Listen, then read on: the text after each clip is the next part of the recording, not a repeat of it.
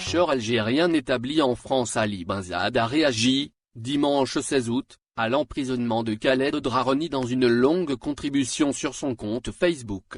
Ali Benzade révèle que l'actuel ministre de la Communication, Ammar Bellimé, qui a tenté d'enfoncer Khaled Drareni en lui déniant le statut de journaliste, aurait bénéficié de voyages financés par l'ambassade de France au Maroc et aurait fourni des notes à des institutions dépendantes du ministère français de la Défense.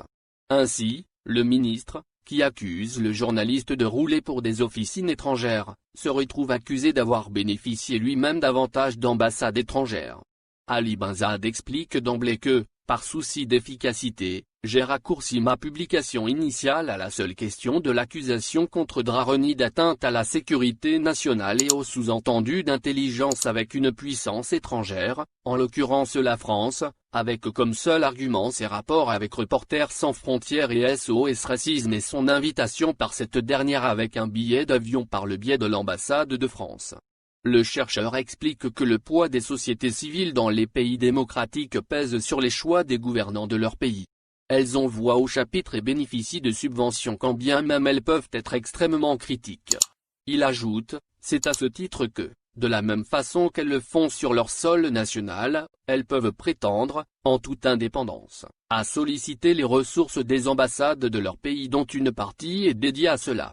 C'est par cette voie que des universités occidentales, dont des françaises, ont pu inviter des centaines d'universitaires algériens et leur payer des billets d'avion que leurs universités ne pouvaient leur payer. Ali Benzade rappelle qu'Ammar Bellimé, longtemps avant d'être ministre, a bénéficié lui-même de cette voie en tant qu'universitaire, multiplement, et plus que tout autre.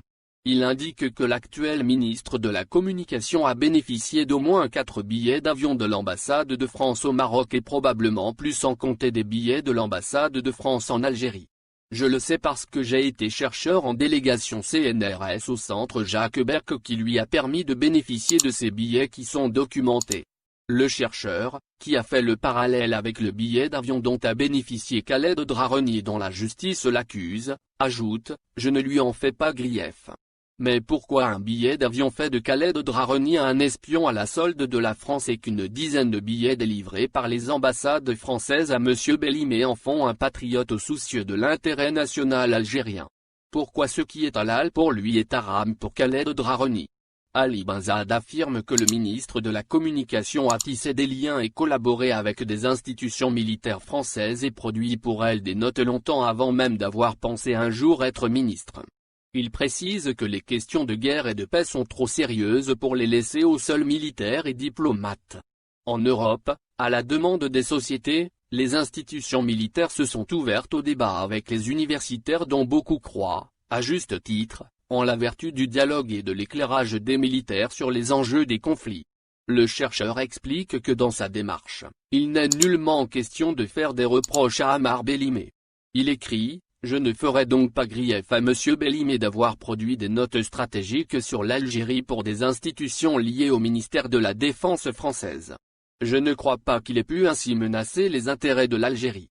Pourquoi alors les relations de Khaled Drareni avec SOS Racisme et Reporters sans frontières menaceraient-elles la sécurité nationale algérienne?